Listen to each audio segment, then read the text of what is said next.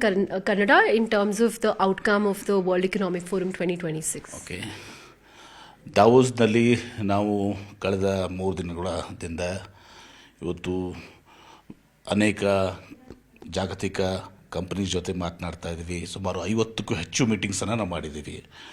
ಮತ್ತು ಕರ್ನಾಟಕ ತನ್ನದೇ ಆದ ಒಂದು ಇತಿಹಾಸ ಇದೆ. ಇವತ್ತು 100 ವರ್ಷಗಳ ಇತಿಹಾಸ, ಸ್ವತಂತ್ರ ಪೂರ್ವದ ಒಂದು ಇತಿಹಾಸ. ಇವತ್ತು HAL, BEL, BHEL, ISRO, Indian of science, HMT, Mysuru ಮಹಾರಾಜ, ಹೀಗೆ ನಾವು ಒಂದು ಅಲ್ಲಿ ವಾತಾವರಣವನ್ನು ಇವತ್ತು ಸಹ ನಾವು ಕಂಡಿದ್ದೀವಿ. ಇಕೋಸಿಸ್ಟಮ್ ಅಂತ ಏನಂತೀವಿ ನಾವು. ಅದ್ರ ಜೊತೆಗೆ ನಾವು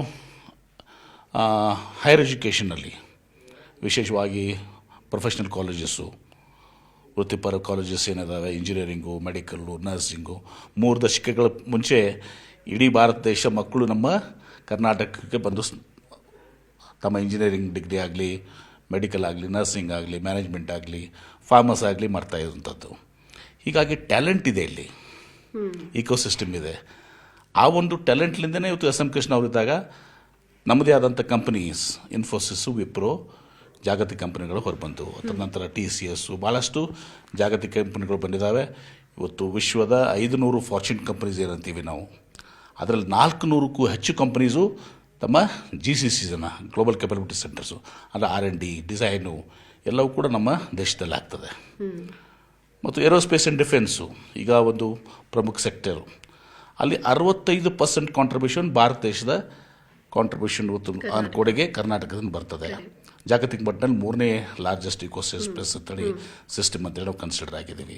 ಸ್ಟಾರ್ಟಪ್ನಲ್ಲಿ we are the startup capital. Innovation ಇಂಡೆಕ್ಸ್ನಲ್ಲಿ ವಿ ಆರ್ ನಂಬರ್ 1. FDIದಲ್ಲಿ ನಾವು ನಂಬರ್ 1 ಇದ್ದೀವಿ.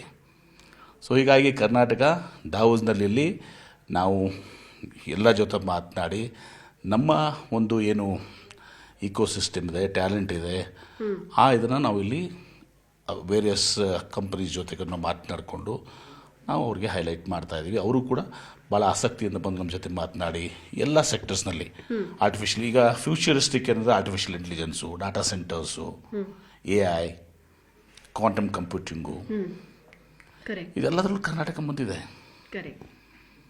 ಸೊ ಹೀಗಾಗಿ Karnataka we are competing globally. And what ದಾವೋಸ್ಗೆ ಏನಾಗ್ತದೆ, ದಾವೋಸ್ಗಿನಲ್ಲಿ ಇವತ್ತು ಸಹ ಕರ್ನಾಟಕ ರಾಜ್ಯಕ್ಕೆ ಇರುವಂಥ ಪ್ರಾಮುಖ್ಯತೆ. ಇವತ್ತು ನಾವು ಈಗ ಮೊದಲು 45 ಕಂಪನಿ ಜೊತೆ ಮೀಟಿಂಗ್ ಇತ್ತು. ಈಗ ಒಂದು 10-15 ಜನ ಇವತ್ತೊಂದು ಸಹ ಮೀಟಿಂಗ್ಸನ್ನ ಬಿಟ್ಟು they wanted to meet us. For example Volvo, they just crashed in ಒಂದು 10 ನಿಮಿಷ ಟೈಮ್ ಬೇಕು ಅಂತ ಹೇಳಿ. ಹೀಗೆ this is what Karnataka is. Karnataka ನಾವು ಜಾಗತಿಕ ಮಟ್ಟದಲ್ಲಿ ನಾವು ಹೆಸರನ್ನು ಮಾಡ್ಕೊಂಡಿದ್ದೀವಿ.